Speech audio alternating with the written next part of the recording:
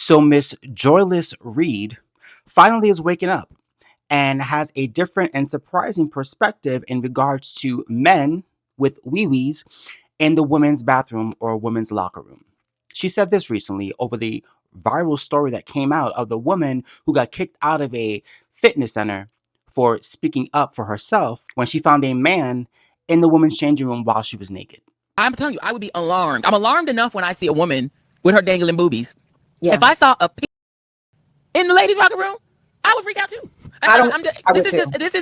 This is nothing against trans anybody. What it's saying is, if I turn around and I see a pig me inside of the room, Yeah. I would probably go to management and say, wait a minute, why is there somebody, a naked man in this room? Because just the world we live in, just from a safety standpoint, and just from a privacy standpoint, so I can see why she would have gone and reported to management. There's a man naked in the bed. Now, if they clarified and they said, well, trans, okay, but I think they should take her concerns also seriously.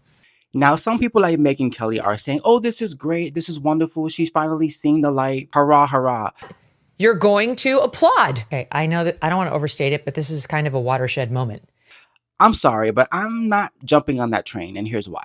I'm not going to give a cookie to somebody for common sense.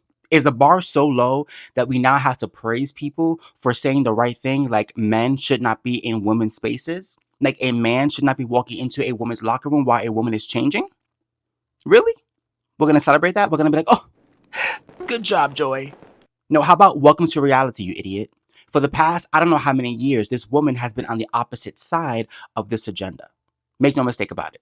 Okay, she's the same person that tried to demonize Ron DeSantis in Florida for banning books, teaching children in the second grade about private parts in a very sexual manner and gender ideology. And she called that bigoted. She's also the same person who was against Riley Gaines for trying to protect women in sports by keeping men out of women's sports. And she called that transphobic.